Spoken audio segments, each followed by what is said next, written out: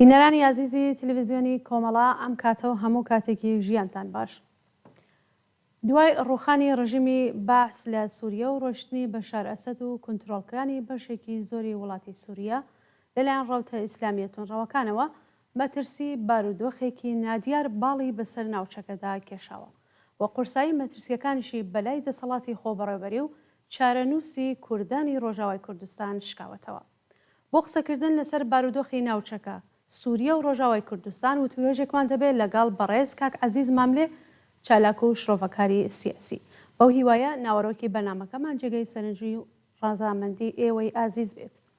لەگەڵمان بن. کاک عەزیز ئەم کاتت باش، سپاس بۆ ئامادەبوونن لەم بەرنامەیە. سڵاو گوڵناس خانم بۆ لە خۆتان لە هاوکارانی بەڕێستان و لە بینەرانی خۆشەویستان. زۆر سپاس کاک عەزیز بۆ بەشداری لەم بەرنامەیە. دەکرێت سەرەتا بەگشتی باسێک لەسەر ئەو فاکترانە و ئەو هۆکارانەی کە بەم شێوەیە لە ماوەی کەمتر لە 2 هەفتەدا بۆ هۆی ئەوەی کە ڕژیمی بەشار ئەسەد دوای 50 ساڵ بڕۆخێ؟ لە 2011ەوە کاتێک شۆڕشی دموکراتی لە سووریا دەستی پێکرد، ئەو خەڵکی لە سووریا بوون ماوەیەکی زۆر بوو لە ژێر دەسەڵاتی دیکتاتۆری حافز ئەسەد و بەشار ئەسەد کەوتبوونە سەر ئەو بڵێن هەڵس و کەوتا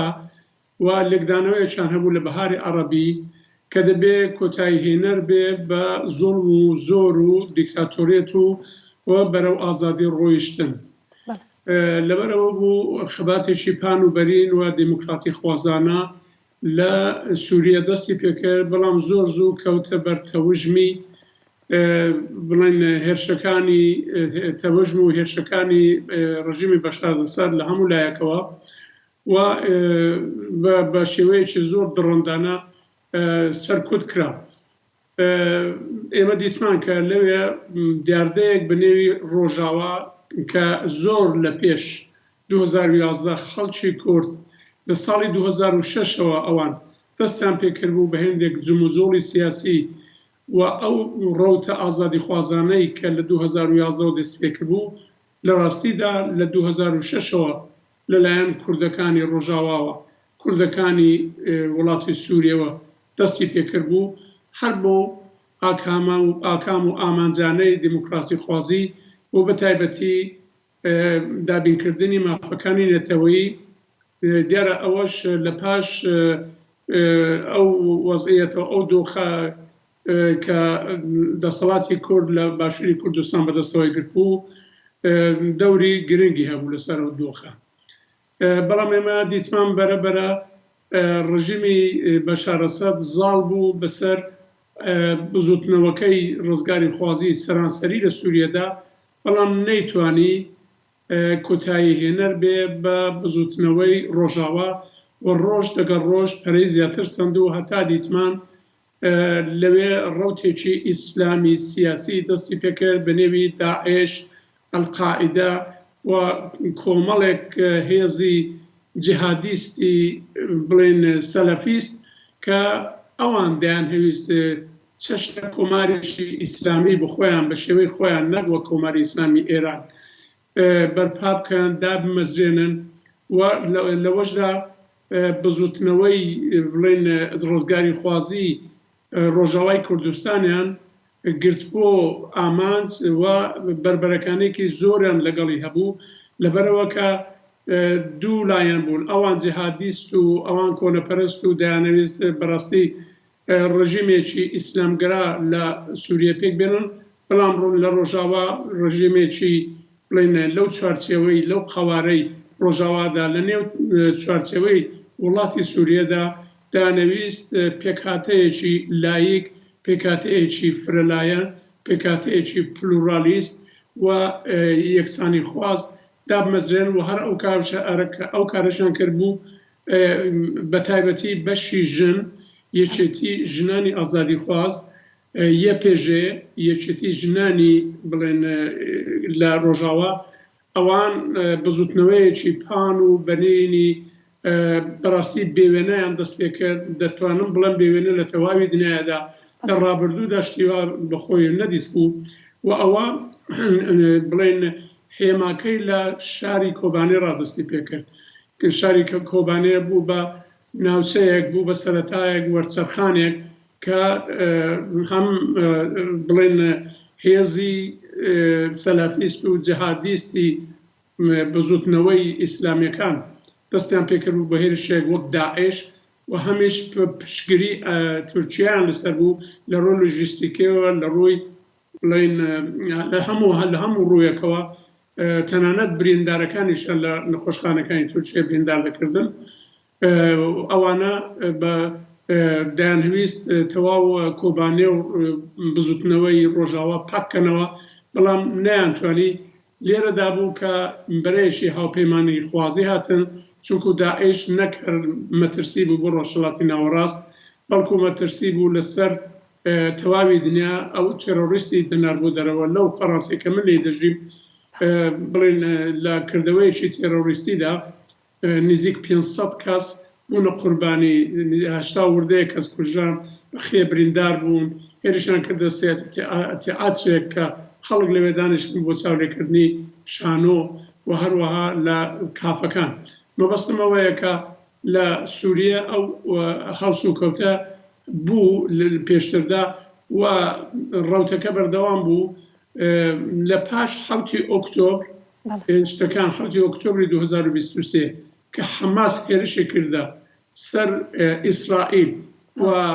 بە شێوەیەکی دڕندانە بە شێوەیەکی بڵێن تێرۆریستانە خەڵکێکی بێدفاع کە لەوێ بەشێکشان سەب بوون بڵێن مرۆڤ دۆست بوون لەوێ کۆ ببوونەوە بۆ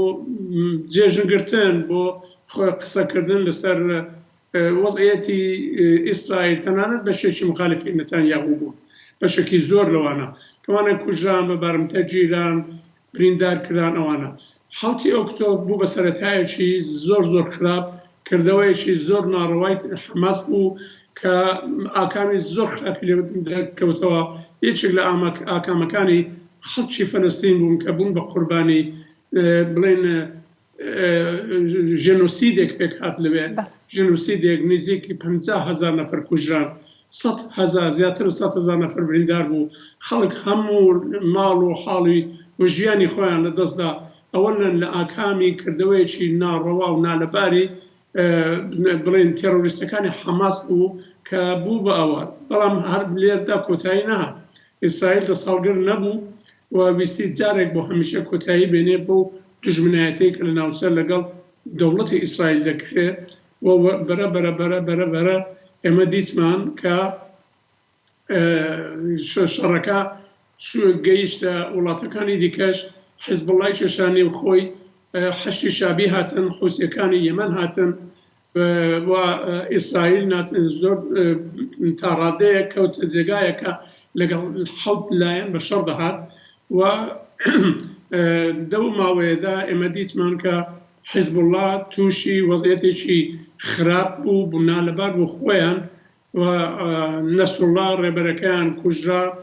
بەشێکی زۆر لە ڕێبەرایەتەکەی دیکەیان کوژرا بۆ پرچکەکانی دیسانەکە گەڕاوە بۆ سووریەش ئێرانیش لەوەیدا زەرێکی یەکجار زۆری کرد بەشێکی زۆر لە سوپای پاسداران و سەرۆکی سوپای پاسداران لێرەدا کوژران و لەبین چوون و بەرەبەرە ئێمە دیتمان ئێران حیزب الله و حوسیەکان تووشی کزی و لاوازێکی زۆر بوون و ئەو ڕەوتە گەیشتە جێگایە کە بەشار ئەسەدیش بێ پشتوانە ماوە لەو ماوەیەدا کە رووسیەش لەگەڵ ئۆکراین تووشی شەڕێک بوو نەکرد لەگەڵ ئۆکراین بەڵکو لەگەڵ ناتۆ لەگەڵ یەکێتی ئەوروپا لەگەڵ ئەمریکا لەگەڵ هەوانە ئیتر وەزعیەتێکی خراپ هاتبووە پێشەیە کە رووسیەش نەیدەتوانێت بۆ گزاران لە سووریە بمێنێتەوە حیزب الله نەمابووە سووریە نەمابووە ئێران زۆر کەس بوو بەشێکی زۆریان کوژرا بوون کە بۆ ڕۆژیمی بەشار ئەسەد زۆر بێ پشتوانە مابووە بە تەنیا مابووە و ئەوە هەموو لەلایەک بەڵام بە پێی لێکدانەوەکان و لێدوانەکانی بەشێک لە پسپۆرەکان و چاودێرانی سیاسی ڕۆژئاوای دنیا پلانێک هەبوو پلانێکی هاوکاری هەبوو پلانێکی هەماهەنگی هەبوو بۆ کۆتایی هێنان بە ڕژیمی بەشار ئەسەد لە نێوان ئیسرائیل ئەمریکا و تورکیا ئەو سێ وڵاتە دیارە ناکرێت ڕوسیەشی لە پەراوێز بێت. ڕوسیەش بێگومان هەم لێرەدا لە جەریانی ئەو شتانەدا بوو و هەمیش هاوکاریەکی کردبوو، یعنی ناکرێت هەموو شتە ئاماژەکان بۆ ئاراستەیەوە دەڕۆن کە ڕوسیەش بڕێک بڵێن موافقەتی پێشووی دیاری کرابوو. ئەوە بوو کە لە ماوەی 11 ڕۆژدا ڕژیمی بەشار ئەسەد و حافز ئەسەد پاش 53 ساڵ کۆتایی پێهات. بەڵێ کاک عەزیز، باسی ئێرانتان کرد، ڕوخانی دەسەڵاتی بەشار ئەسەد تا چەندە کاریگەری لەسەر کوردبوونەوەی دەستی کۆماری ئیسلامی دەبێت لە ناوچەکەدا؟ کۆماری ئیسلامی لە پاش حیزب الله باڵێکی لێبووە و بە نەمانی بەشار ئەسەد ڕژیمی سووریەی پێشوو باڵێکی دووەمی لێبووتەوە. بەڕاستی ئێلانەکە کۆماری ئیسلامی وەکی فارس دەڵێن شێرێکی بێیاڵ و دوم و ئەشکەم ماوەتەوە، چونکو ئەو هاتو هورتەی کە جاران دەیکرد کە وا دەکەم و هیچ ڕۆژهەڵاتی ناوەڕاست بەبێ من ناتوانێت ئارامی هەبێ و ئەوانە و پرۆکسەکانی خۆی وجیانی خەڵک خست بوو، وجیانی ڕۆژهەڵاتی ناوەڕاست خست بوو، وجیانی کورد و جیانی بزوتنەوەی ڕزگاری خوازی لە سووریە بە تایبەتی بۆ لە پشتگیری لە بەشار ئەسەد و هەروەها بۆ حەشتی شعبی تەواوی ئەوانە حوسی ئیتر ئەو دەورە کۆتایی پێهاتەوە. کۆماری ئیسلامی ئێستا دەستی بە کڵاوی خۆی گرتووە بانەی بە بۆ لەبەرەوە کە هاوپەیمانێکی وەکو بەشار ئەسەدی لە کیسچوو وەک حیزب الله لە دەستدا ئەوانە کۆماری ئیسلامی لە ڕێی سووریەوە نەکرد هاوپەیمانێکی استراتێژیک بوو لە ناوچەکە و لەو ڕێگایەوە دەیتوانیت چەک و تەقەمەنی بنێرێ بۆ حیزب الله، بەڵام بێجگەلەوە لەو ماوەیەدا کە لە گەماڕەوەی ئابووری بڵێن ئەمریکا و ئەوروپادا بووە، لە تەواوی ئەو ماوەیەدا نەفتەکەی لە سووریەوە فرۆشتۆ نردوێتە دەرەوە و هەروەها لە ڕێی قاچاغیشەوە پوڵەکەی سپی کردوتەوە و توانیوێتی بینێرێتەوە ئێرانەوە دیارە نەک بۆ خەڵک خەرجیکا، بەڵام دیسانەکە بۆ بەرنامەکانی سەربازی و بڵێن فراوانخوازی لە ڕۆژهەڵاتی ناوەڕاست کەەوە بوو ئێران دۆخێکی زۆر زۆر خراپدایە ئەو ڕۆکانە، هەموو لایەنەکانی هەموو هاوپەیمانەکانی هەموو متحیدەکانی لە دەستداوە و بۆ خۆی بە تەنیا ماوەتەوە بە تایبەتی حیزب الله دیسانەکە بەشار ئەسەد لە ڕووی شتێوە لە ڕووی ئاینێوە ئەوەندە نزیک نەبوو لە کۆماری ئیسلامی، بەڵام بە نەمانی حیزب الله پشتی سیاسی و سەربازی کۆماری ئیسلامی شکاوە. بەڵێ کاک عەزیز، باسی دەور و نەخشی دەوڵەتی تورکیەتان کرد بە سەرۆکایەتی ئەردۆغان. جێبوو یان باشترەوەی بێژم کە هەڵوێستی دەوڵەتی تورکیا لە ڕووداوەکانی سووریا و ئەم دەور و نەخشەکە هەیەتی چەندە دەتوانێت کێشەکانی نێوان ئێران و تورکیا قوڵتر بکاتەوە؟ ئێران و تورکیا بە درێژایی مێژوو بڵێن ناگەڕێنەوە زمانی ئیمپراتۆرەکان، بەڵام لە ئاتاتۆرک و ڕەزاشایەوە ئەگە دەست پێ بکەینەوە با زۆریش لەسەری نەڕۆین، زۆر دوور و درێژ نەبێت، بەڵام لەو دوانەوە هیچ وەختێک کێشەیەکی وەها جددی و سیاسی و استراتیژیکە لە ناوخۆیاندا نەبوو. کێشەی بڵێن بەرژەوەندەکانی ئابووریان بۆ، کێشەی بەرژەوەندەکانی کوردیان بووە لەسەر پرسی کورد کێشەیان بووە، کێشەیەکیش دیسانەکەویش نەبوت نەگەیشتۆتە ڕادەیەکی ئاوا زۆر بەرز بڵاو. زۆر جاران لە زەمانی ڕەزاشاه ئاتۆتکەوە دەستی پێکردووە هەتا ئێستا هەمیشەوان ڕێکەوتنامەیان کردو، ڕێکەوتنیان بۆ دش بە کورد، دش بە بزوتنەوەی ڕزگاری خوازی کورد و زۆر جاران ئێران ئەندامانی سەرەوەی پارتی کرێکارانی کوردستانی ڕادستی تورکیە کردوتەوە و زۆر جاران تورکیا ئەندامانی ئۆپۆزیسیۆنی ئێرانی ڕادستی ئێران کردوتەوە.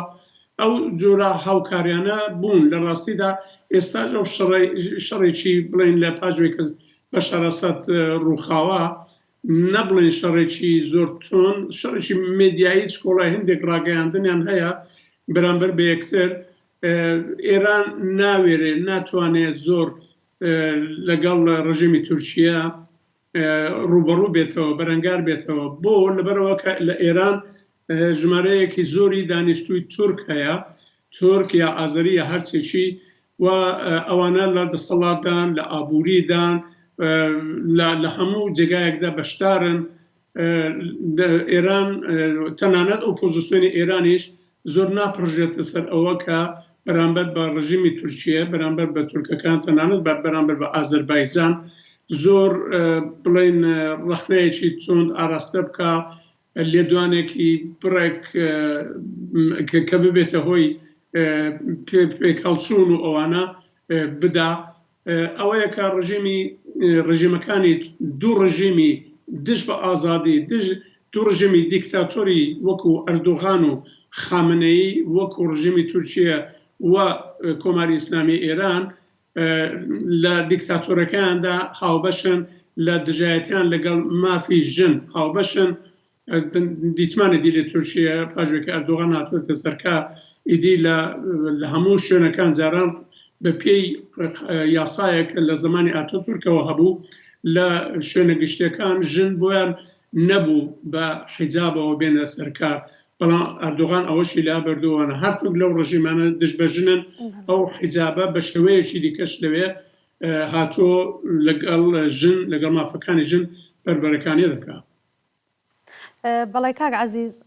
دوای بەدەسەڵات گەیشتی هێزە ئیسلامیەکانی لایەنگری تورکیە واتە تەحریر و شام مەترسی بۆ سەر ڕۆژاوای کوردستان و دەسەڵاتی خۆسەری زیاتر بووە. گەورەترین مەترسیەکانی سەر ئەو ناوچەیە کامانن بەڕایەوە؟ کۆماری ئیسلامی ئێران بڵێن نەماوە ڕاستەکەی دوڕاوی ئەسڵێ لەو ناوچەیە رووسیە شەروەتر بەڵام ئەوەی کە ئێستا زۆر لە گۆڕەپانی بڵێن سیاسی و سەربازی و ئیداری و استراتێژیک لە سووریەدایە ڕژیمی تورکیەیە بۆ لەبەرەوە کە ئەو هێزانەی کە دەمێکە زۆر لە مێژە لە ساڵەکانی بڵێن 2014ەوە ڕژیمی تورکیە هێزی بخۆی دەستەبەر کردو پرۆکسی بخۆی دەستەبەر کردو ئەوانە هەموو لایەنی سەلەفیستن لایەنی جیهادیستن لایەنێکن کە دژ بە ئازادی و دموکراسی کەوابوو ئەوە لەلایەکی دیکەوە هەروەشی ئێمە باسمان کرد لە ڕۆژاواش سیستمێکی پلورالیستی بڵێن بە ئەوەی کە بخۆیان پێ دەڵێن کۆنفدرالیزمی دموکراتیکیان دامەزراندەوە کە لە هەمووی گرنگتر پێکەوە ژیانی هێناوەتە ئاراوە یعنی کورد و عەرەب و تورکمەن و چەرکز و بڵێن هەرمەنی و سووریانی پێکەوە ژیانێکی سیاسی کۆمەڵایەتی و ئیداریان دەست پێ کردووە و پێکەوە دەژین هەتا ئەلانەکە زۆر باش بەڕێوە چۆ بەڵام تورکیا دەست هەڵگر نێ لە ڕۆژاوای کوردستان بۆ لەبەرەوە کە بە درێژایی مێژوو تورکیا دژایەتی بۆ دەگەڵ پرسی کورد دەگەڵ نەتەوەی کورد دەگەڵ مێژووی کورد و ئەوەندەی کە بۆ خۆی ڕاستەوخۆ دەستی پێ کردو بەڵام ئەوەندەش لە ساڵەکانی 2011ەوە بۆ لاوە بەتابەتی لە 2014ەوە لە سووریە ئەوانەی بەرداوەتە گیانی کورد ئەو سیستمەی کە دامەزراوە پێکاتەکان دامەزراوە ئیداری و سیاسەکانی ڕۆژاوای کوردستان و تورکیە کارێکی وای کردووە کە بەشێکی زۆر لە باکووری سووریە داگیر کراوە وەکو گرێسپی وەکو بڵێن سەرەکانی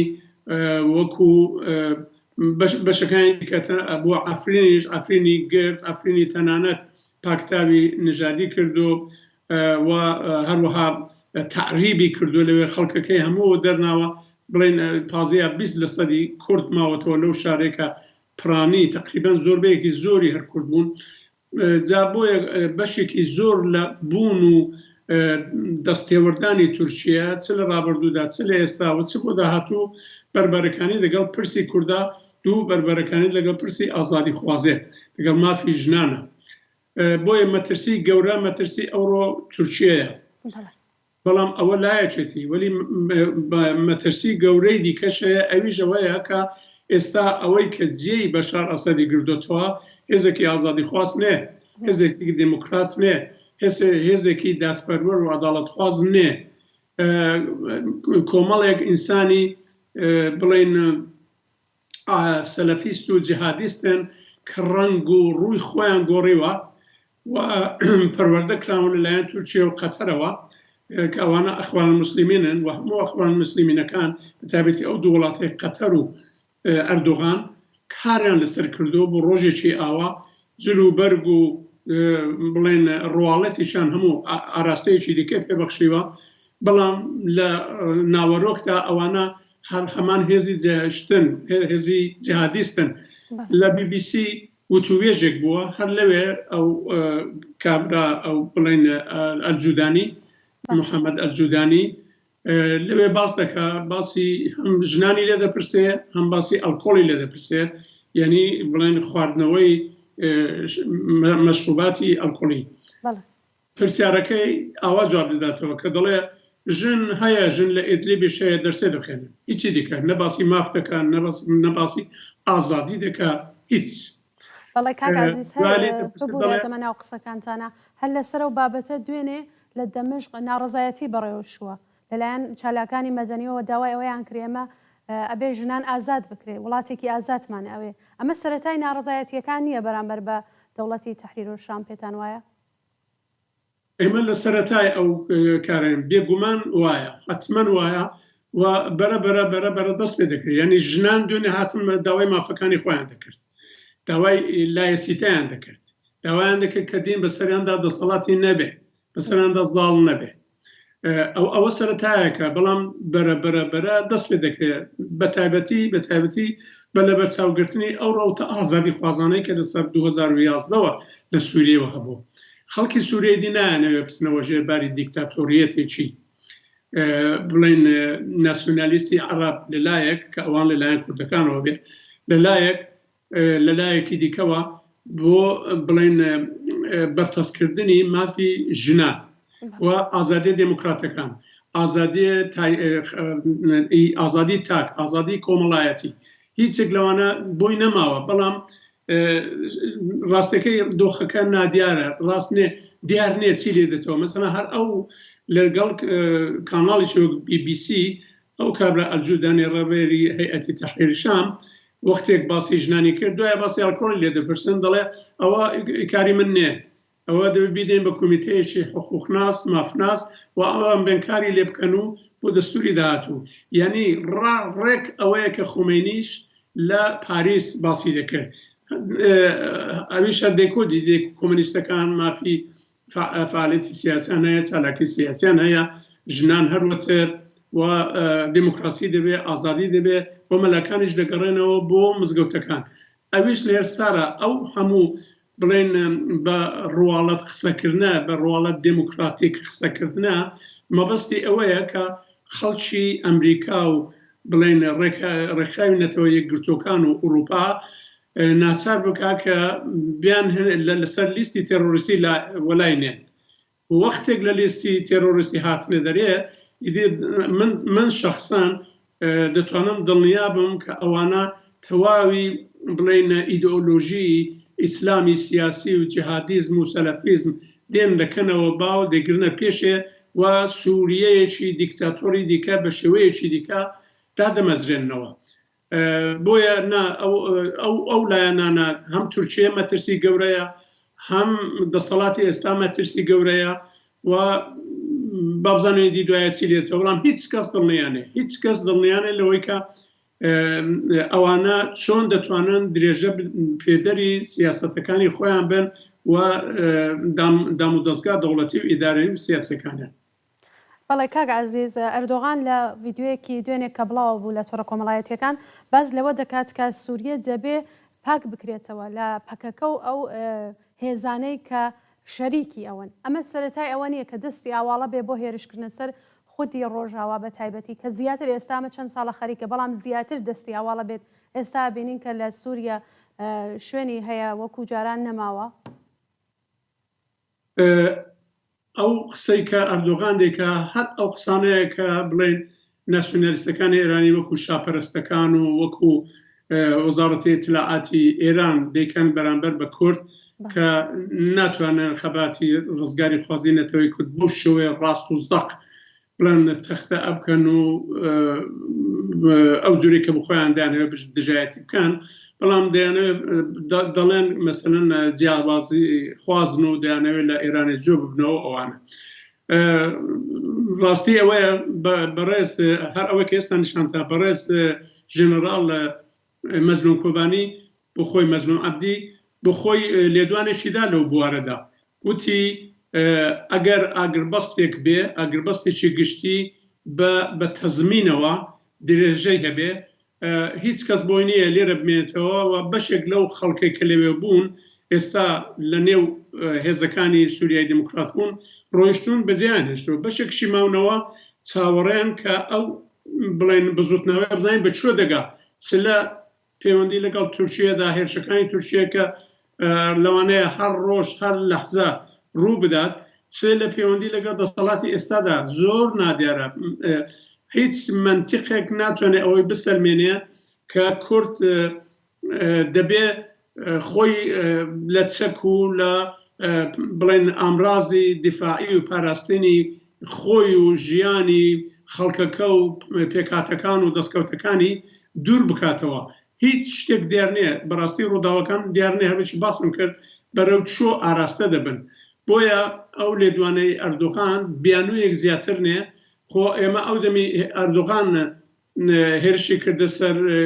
گرێسپی و ئەفرین و ئەوانە خۆ پێکاکا لەوێ نەبوون. بەخێرەوە بیانوویەکی تۆخە بۆ ئەوەکە تەوجیهی بکە دەستدرێژەکانی خۆی هەروەک دەزانن کە ئەوە سبەی ئاگربەستەکە تەواو دەبێت هەرچەند شەڕی شەر هەبوو، بەڵام با بزانین چی لێتەوە دیار نییە تورکیە لەوانەیە هێرش بکە بزانین بە ڕاوتەکان بەچۆدا تێپەڕ دەبن. بەڵێ کاک عەزیز بۆ ڕەواندنەوەی ئەو مەترسیانەی سەر ڕۆژاوای کوردستان دەبێت چی بکرێت؟ و چاوەڕوانیتان لە ڕای گشتی لایەنگرانی مافەکانی مرۆڤ و ناوەندەکانی جیهانی چییە بۆ ئەوەی بەر بە دەوڵەتی تورکیە بگرن هێرشەکانی نەکاتە سەر و ناوچەیە و ڕێز لە مافەکانی دانیشتوانی بگرێت؟ کۆمەڵێک ڕێکار هەیە دەبێت بگرێتە بەر. یەکێکیان ڕێکاری دیپلۆماتیک کە لەلایەن دەوڵەتەکانەوە دەبێت بێتە ئاراوە. ئێمە دیتمان لەو چەند ڕۆژەی ڕابردوودا باش بوو، یعنی ڕۆتەکە ڕۆتێکی باش بوو. لەو فەڕەنسا ڕێکاری زۆر باش گیرە. سەرۆکۆماری فەڕەنسا ئێمانوێل ماکرۆن پەیوەندی تەلەفۆنی کردو یا دوێنێ بوو یا ئەوڕۆ بۆ تەلەفۆنی گرتووە لەگەڵ شخصی ئەردۆغان قسەی کردو کتوێتی کە کورد دەبێت لە پرۆسەی سیاسی داهاتووی سووریەدا بەشدار بێت. ئەوە زۆر زۆر گرنگە. چاویلەکە گوڵناس خانم لە ڕابردوودا ئێمە دیتمان کە هەر لە ڕووی سەربازیەوە باسی کوردیان کرد، هەر لە ڕووی ئەمنیەوە باسی کوردیان کرد، لە ڕووی حقوقی سیاسی نەتەوەی کوردەوە ڕۆژاوای کوردستان لە بەرچاو نەگیرا. ئەوە بەڕاستی ڕخنەیەکی زۆر گەورە بوو لەسەر ڕۆژاوایەکان و هاوپەیمانان. بەڵام ئێستا سوراوەتەوە بۆ لەبەرەوەکە خەریکن دەستور دەنووسن، خەریک ئامادەکاری دەکرێت بۆ سیستێماتیزیکردنی ڕژیمی داهاتووی ئێران کەوا بوو. ئەوە فەڕەنسا لەلایەک لەلایەکی دیکەوە ئەڵمان وەزیری دەرەوەی ئەڵمانیش هەر هەمان قسەی کرد لە تورکیە لەگەڵ ئەردۆغان. ئەویش پێداگیری کرد لەسەرەوەی کە دەبێت کورد بەشدار بکرێت لەو پرۆسە سیاسیدا کە بڕێوەیە لە داهاتوودا. و هەروەها لە ئەمریکاش ئێمە دیتمان کە وەزیری دەرەوەی ئەمریکاش یەک دوو لێدوانیدا ئەویش تاڕادەیەک دڵخۆشکەر بوو بۆ ئەوەکە نابێت کوردەکە لە پەراوێز بخرێ. و هەروەها ئێمە دیتمان کە بڵێن ژمارەی سەربازانیش زیاد بوو لە سووریا بێزگە لەوانە لە کۆنگرێسی ئەمریکا هێندێک سەناتۆری بڵین کۆماری خواز و هەروەها دموکرات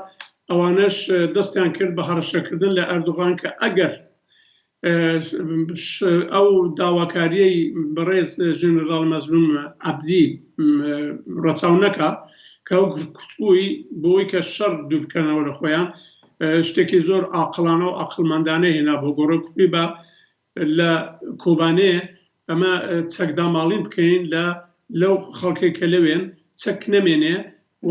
بە شێوێکی ئیداری بەڵام بە تەزمینی ئەمریکا ئەو تەزمینەی داوا کردبوو. تورکیا جوابەوەی نەداوەتەوە ئەوان کوتبیان کە ئەگەر ئەو سەناتۆرانە باسییان لەوە کردبوو کە ئەگەر تورکیا جوابی ئەوە نەداتەوە هێرش باتە سەری ئێمە خەریکین ئێستا هێندێک گەمارۆی ئابووری فۆرمولە دەکەین ئامادە دەکەین بۆی کە بەگشت ئەردۆغانی داکەین. ئەوەش هەڕەشەیەک بوو ئەوش لە جێ خۆیدا زۆر سەرنجڕاکێش بوو زۆر باش بوو. بەڵام ئەوە لایەنی دیپلۆماتیک لایەنێکی پارلەمانتاری هەیە ئەویش ئەوەیە کە کوردی ئێمە لە تاراوگەی دەرەوە لە تاراوگەی دەرەوە دەبێت وشیاری ئەوە بن دەبێت کاری بۆ بکەن لە پارلەمانەکانی وڵاتانی ئوروپایش و بەتایبەتی پارلەمانی ئوروپاش ئەو هەڵسوکەوتە و ئەو لێدوانانەی و ئەو بڕیارانەی کە ئەو سەناتۆرانی ئەمریکایی کردویانە لەوێش بێتە ئاراوە. بێزگە لەوەش پارلەمانی کوردستان هەیە لە پارلەمانی کوردستانیش بڕیارێک دراوە لە ساڵی 2014 بڕیاری ژمارە 24 کە لەوێدا داوایان لە حکوومەتی هەرێمی کوردستان کردو کە یارمەتی دەربێ بۆ ڕۆژاوای کوردستان لە ڕووی خواردەمەنی لە ڕووی ڕێگاوبانەکان لە ڕووی کردنەوەی سنوورەکان لە ڕووی ناردین سوتەمەنی لە هەموو ڕوودا لە هەموو بڵێن ڕێکارێک کە بتوانێت یارمەتیدەری ژیانی ڕۆژانە و بەردەوامبوونی ئەو سیستەمی کە لە ڕۆژاوا هاتوۆتە ئاراوە ببێت. ئەوەش هەموو بەجێ خۆی بەڵام کوردی ئێمەش دیسانەکە لە بەتایبەت لە تاراوگا لە تاراوگەش لەوێ دیسانەکە شتەقامەکانی ئوروپا بکەنە شوێنی خۆپیشاندانەکان ناڕەزایەتەکان و داوا لە حکوومەتەکان بکەن کە ئەوانش هەڵویستێکی جددی بگرن. بێزگە لە هەمووی ئەوانش بەڕاستی نازانم لە ناوخۆی کوردستان لە ناوخۆی ڕۆژهەڵاتی کوردستان بەتایبەتی ڕەوشەکە ئێستا چەندە لەبارە چونکو پاسداری کۆماری ئیسلامی و بەسیجەکان زۆر خوێنمەژن زۆر یەک و دوو خۆپیشاندانەکان دەکەنە بەر تەوژم و پەلامارێکی زۆر دژی ئینسانی. بەڵام ئەگەر بکرێ بەبێ ئەوە کە بەڕاستی ببێتە هۆی گرتن و کوشتن و بڵێن خوێنڕەشتن ئەگەر بڵێن خەڵکی ئێمە لە ڕۆژهەڵاتی کوردستان بۆیان دەکرێ بۆیان دەلوێ کە بتوانن ئەوانش ناڕەزایەتێکی مەدەنی فقط مەدەنی دیسان دووپاتی دەکەمەوە بکەن دشت بە ئەو وەزعەتەی کە تورکیە بۆ سەر ڕۆژاوای هێناوەتە گۆڕێ و هەروەها پشتگیری لە ڕۆژاوا و هەروەها داواکاری لە حکوومەتی داهاتووی سووریە کە دەبێ مافی کورد لە بەرچاو بگرێت پێم وایە ئەویش لە جێگای خۆیدا دەبێت. بەڵێ کاک عەزیز پێتان وایە دەسەڵاتی خۆبەڕێوەبەری و کوردانی ڕۆژاوای کوردستان بەگشتی دەبێت چی بکەن تا بتوانن پارێزگاری لە جەماوەر و دەستکەوتەکانی ئەم خەباتەی چەند ساڵەی ڕابردوویان بکات؟ دوو لایەنی هەیە لایەنێکی بڵێ سیاسی هەیە لایەنێکی سەربازی هەیە. ئێستا دەوڵەتی تورکیە ئەردۆغان ئەرتەشی تورکیە وەزارەتی دیفاع میت پێیان لەکەو شێک کردو کە شەڕێک داسەپێنن بەسەر کوردەکەدا بەسەر ڕۆژاوادا. لێرەدا هیچ ڕێگایەک نەماوەتەوە غەیریەوەی کە پاراستنێکی مەشروع بکرێت. پاراستنی مەشروع لە گیانی خەڵک چونکە ڕژیمێکی فاشیستە ڕژیمێکی تورکیە و ئەو پرۆکسیانەی کە لە اختیاریدان ئەو هێزە تێرۆریستانەی کە لەوێن ئەوانەش تاڵانچین خوێنڕژن و بەڕاستی هیچ یەک لە بەهاکانی ئینسانی بۆیان لە گۆڕێدا نیە. زۆر خەڵکی سەلەفیستێکی جیهادیستی پیسی دژ بە کورد، دژ بە ئازادی، دژ بە دموکراسی، بە تایبەتی دژ بە ژنان، زۆر دژ بە ژنان ئەوانە نیشانەدا لە ڕابردوودا. بەڵام چارەنێ بەرامبەر بەوانە دەبێ لە ڕۆژاوا بڵێن ڕوتێکی بەرخۆدان هەروە بەردەوام بێ، ڕوتێک بێ کە بتوانێت پەرستنی پێکاتەکان و دامەزراوەکانی مەدەنی سیاسی و کۆمەڵایەتی نەکەری کوردەکە بەڵکوی عەرەبەکان و بڵێن تورکمەنەکان و هەرمەنیەکان و مەسیحەکان بکەن. ئەوە زۆر ڕەوایە، دیار نییە چۆن دەبێ ئایا هاوپەیمانان بەهانایانەوە دێن، ئایا دیسان وەک وەزارەکانی پێشوو وەک شەڕی ئەفرین و گرێسپی و هەروەها سەرەکانی بە تەنیا دەمێننەوە، هیچ دیار نییە. بەڵام ئەوان تا ئەو جێگایە کە دەردەکەوێت ویست و ئیرادەیەشی جەماوەری گەلی و بەرخۆدانیان هەیە کە نایان هەوێ بڵێن دەست بەردەنەوە و تەسلیمی ئەو هەموو هێرش و ئەو هەموو هەڕەشە و گوڕەشانە بن و سوورن لەسەر مافەکانیان، سوورن لەسەرەوەکە وەک ڕابردوو دەبێ لە بزوتنەوەیەکی بەرخۆداندا هەر وەک جاران بەردەوام بن. ئەوە لای سەربازی و ئەمنیەتیەکەیەتی. بەڵام لای سیاسەکەی دەبێ ئەوان هەر وەک جاران لە دەرەوە نوێنەران هەیە، لە دەرەوە متمەنەیان پێدەکرێت، لە دەرەوە جێگای ڕێز و زۆر بەقی قەدر و قیمەتن. لە کاخی ئێلیزەی فەڕەنسا چەندین جار هەتا لەو دوایانەدا دیسانەکە چاوپێکەوتنیان بۆتەوە لەگەڵ سەرۆکۆمار، لەگەڵ وەزارەتی دەرەوەی فەڕەنسا و لەگەڵ ئەمریکا لە پەیوەندیدان لەگەڵ هەموو وڵاتەکانی ئوروپایش بەو شێوەیە دەفتەریان هەیە و دەبێ ئەو بڵێن پەیوەندیە دیپلۆماتیکانە و حەس و کەوتە دیپلۆماتیکەکان هەروە خورت بێ، ڕژ بێ، بەردەوام بێ بە شێوێکی تۆکمە داوایان لێ بکەن کە بەرگری بکەن لە دەستدرێژی تورکیە بۆ سەر گیان و ماڵی خەڵک بۆ سەر ئەو پێکاتانە و بە تایبەتی پێیان بسەلمێنن کە ئەگەر ڕۆژاوا نەمێنێ دیسانەکە ئەو بەشە لە دموکراتی خوازێ، ئەو بەشە لە لایسیتە، ئەو بەشە لە بڵێن بوونی ژنان وەکو زیاتر لە نیوەی کۆمەڵگا دیسان دەکەوێتەوە سەر پەلامار و هەڕەشە و گوڕشەی جدی و ئەو خۆپیشاندانەی کە دوێنێ وەچێوە فەرمووتان لە دمێشق هاتووەتەوە پێشێ ئیدی ئەویشە بێ پشتوانە دەمێتەوە. ئەوانیش بە پشتگیری لە ژنان، لە یەپێژێ، لە پێیەدێ و لە هێزی سووریای دموکرات توانیوێنە بە دڵگەرمی بێنە ناوچەقامەکان و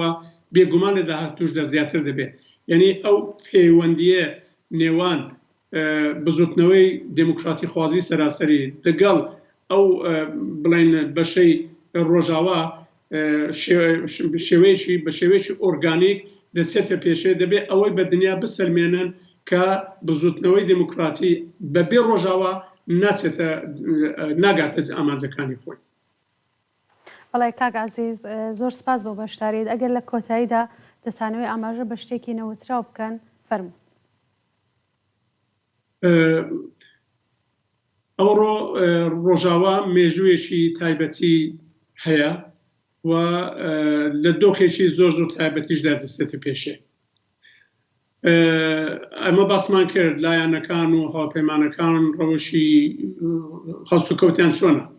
لەبیرمان نەچێت کە تورکیە ئەندامی ناتۆیە، بازارێکی گەورەی ئابووریشە بۆ ڕۆژاوای جیهان، بۆ دەوڵەتە سەرمایەدارەکان، هەروەها بۆ رووسیا، بازارێکی بڵێ دنیایەکی گەشتیاریشە بۆ خەڵکەکان. ئەو دەوڵەتێکە کە بەو تایبەتمەندیانەی کە باسمان کرد ئەندامبوونی ناتۆ وڵاتێکی بڵێن هەرچەندە لە ئابوورەکەی زۆر خراپە، هەرچەندە کە لیری تورکیە هیچ بڵێن بەهاو نرخێکی بۆ نەماوەتەوە، هەرچەندە کە تەورۆمێکی یەکجار زۆر هەیە لە نزیک 70% ئەمەری ڕسمی هەیە لە حاڵێکدا لە ئەوروپا 1 لە 2% تەوەڕۆ هەیە دیارە ئێرەش زۆرترە بەڵام بڕێک شاراوەیە جا ئەو وڵاتە دەبێ لە بیرمان بێت دەبێت خەڵکی کورد نەتەوەی کورد لە بیری بێکە دژمنێکی ئاوە ئێستا لە گۆڕەپانی هێرشکردن بەسەر ڕۆژاوادایە ئەوە لایەکی دیکەش بەشێک لە کوردستان بەشێک لە نەتەوەی کورد ئێستا لە دۆخێکی زۆر هەستیاردا ژیانی سیاسی خۆی تێپەڕ دەکا بە باوەڕی من ئەرچی سەرشانی هەموو تاکی کووردە هەموو پێکهاتەیەکی کووردە هەموو حیزبێکی کووردە تەنانەت ئەرچی سەرشانی حکوومەتی هەرێمی کوردستانیشە کە بەهانای براکانیانەوە بێن لە ڕابردوودا دیسمان ئێمە لە باشووری کوردستان چەندین دەورە ئەوان تووشی لێ قەومان بوون لە شۆڕشەکانیشدا لە شۆڕشی ئەیلوور ڕاگرتوێتیە تا هەموو ڕاپەڕێن و هەموو ئەوانە کوردی ڕۆژهەڵات بە تایبەتی کوردی ڕۆژاوا شەربەتر کوردی باکووریش بەهانایانەوە چوون یارمەتیان داون جێگایان داون پەنایان داون ئەو ڕۆکە حکوومەتی هەرێمی کوردستان دەبێت ئەو مێژوویەی لەبیر بێ هەر ئەوانە کە لەسەر دەڵاستن ئەو دوو حیزبێک کە لەسەر دەسەڵاتن ئەوانە ماڵ و ئەندامان و ڕابردوویان لە بزوتنەوەکانی مێژووی خۆیاندا پێویستیان بە وڵاتانە هەبوو و هیچ وەختێکی ئەوان ئەو داواکارانیان ڕەت نەکردێتەوە بە تایبەتی لە ڕۆژاوای کوردستان یارمەتی دەرێکی زۆر بوو ئێستاش دەبێت هەموو لایەنەکانی کورد دەبێت بە هەر شێوەیە کە دەزانن هەرچێکی لە دەستیان دێ بیکەن دەرحەق بەو بەشە بەو پێکاتەیە کە بتوانن بەرەنگاری دوو لایەنی وەکو تورک و وەکو جیهادیستی محەممەد ئەلجودانی ببنەوە مێژوو زۆر زار تێدەپەڕێ ئیدی یان دووپات نابێتەوە یا بە شێوێکی خراپ دووپات دەبێتەوە هیوادارین ئەو مێژووی کورد دووپات نەبێتەوە کورد ئەوڕۆ پێویستی بە یەکگرتوویەکی زۆر هەیە من ئاواتە خوازم کە لە ناو بڵێن ڕۆژاواشدا ئەو دوو لایەنەی ئەنەکەسە و هەسەدا بتوانن بگەنە وتارێکی هاوبەش بگەنە چندێک خاڵی هاوبەش و پێکەوە هەرچی زووتر بچن بۆ دێمەشق نەچوون هەتا ئێستا درەنگیش بووە چونکە ئەوان خواخۆیانە ئەو محەممەد جودانی ئەوانی تر کە کوردەکە ئاوا بۆ شوەیە لە پەراوێزخان هەر بوونیان نەبێ بۆیە ئەوانش دەبێ وشیاری ئەوەی بن کە ئەو خۆ لەو یەکگرتوویە دوور نەکەنەوە و بە ئەرچی سەرشانی خۆیانی بزانن بەڕێز مەزلوم عەبدی ئەو دووسێ ڕۆژێدا داواکاری کرد دکتۆری بابێن پێکەوە دانیشین بە خۆمان ئامادە بکەین ئامادەکاری بکەین بۆی کە بە زمانێکی یەکگرتوو و بە وەزعیەتێکی یەکگرتوو بچین لەگەڵ ئەوانە لە دێمەشق دانیشین و هەروەها بەڕێز خەلیل ئاڵداریش ئەو قسەی کردوێتەوە توێ کۆنفرانسێک پێک بینین ئێستا تۆپەکە لە زەوی ئەنەکەسەدایە کە ئەویش خەڵکی کورد هەموو چاوەڕوانن کە ئەوانش بن هەڵوەستێک بگرن پێکەوە بچن من شتێکی وبیر دێمەوە بینەرانی خۆشەویستیەوە ئەویژەوەیە کە ئێمە لە بڵێن ساڵی 1358 هەر لەو سەردەمەدا ئۆرگانێک پێکهاتەیەک پێکات بە نێوی هەیئەتی نوێنەرایەتی گەلی کورد و ئەوە بەڕاستی لە مێژووی کووردا لە مێژووی هەمووی نەتەوەی کووردا شتێکی زۆر بە هێزە زۆر بە پێزە زۆر بە بایەخە بۆ لەبەرەوە کە هێزە کوردەکان هەموو پێکەوە پاشتن هاتن دانیشتن شتێکیان گەڵاڵە کرد یەکێتێکیان پێکێنا و پێکەوە بەرەنگاری شتەکان پیلانەکانی ڕژیم بوونەوە و نەیانهێشت ڕژیمی کۆماری ئیسلامی دەست بخاتە نێویان و تەفرقە بخاتە نێویان من ئاواتە خوازم کە لەلایەک کوردەکانەوە یارمەتیدەری ڕۆژاوای کوردستان بن لەلایەشی دیکەشەوە هێزەکانی بڵێن بەتایبەتی هەسەدا بتوانێت و ئەنەکەسەش هەنگاوێک باوێژێ پێکەوە لەگەڵ دێمەشق کە دیاریش نییە هیچ تەزمینێکیش نییە بۆی کە ئەگەریش توانیان بچن بۆ دێمەشق دەتوانن بە تەوافقێک بگەن لەگەڵە بگەنە ڕێککەوتنێک لەگەڵ ئەو هێزێک کە من هەر باوەڕم پێیان نییە هەر پێم کورد دەڵێ جیا لەسەر پنجی خۆی شین دەبێتەوە و ئەوانش بەرەو جیهادیزمەکەی خۆیان دەڕۆن بەرەو سەلافیزمەکەی خۆیان دەڕۆن و کوردیش فرامۆش دەکەن، ژنیش فرامۆش دەکەن، مافیش فرامۆش دەکەن، مرۆڤیش فرامۆش دەکەن، دموکراسی و ئازادیش لە بن پێیان دەنێ. بەڵێ کاک عەزیز زۆر سپاس بۆ بەشداری لەم بەرنامە تایبەتە. سپاس بۆ ئێوەش. زۆر سپاس. جارێکی تر سپاس بۆ کاک عەزیز ماملێ چالاک و شرۆڤەکاری سیاسی کە لەم بەرنامە تایبەتە کە سەبارەت بوو بە بارودۆخی ناوچەکە سووریا و ڕۆژاوای کوردستان بەشدار بوو. بینەرانی خۆشەویست زۆر سپاس بۆ ئێوەش کە تا کۆتایی بینەر و بیسەری ئەم بەرنامە تایبەتە بوون. ماڵاوە.